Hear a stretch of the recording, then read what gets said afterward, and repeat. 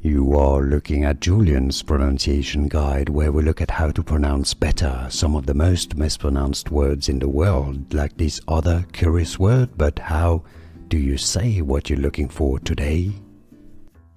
Let's learn once and for all how to pronounce these names. This is, yes indeed, originally a surname of a French doctor who, discovered, let's say, the condition.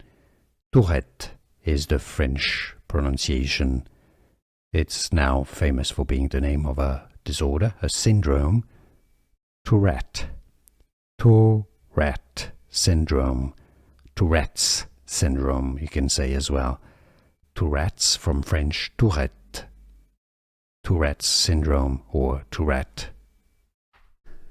Here are more videos on how to pronounce more confusing words and names too many mispronounced. Like this video if you found it useful. I appreciate your support. I'll see you soon and thanks for watching.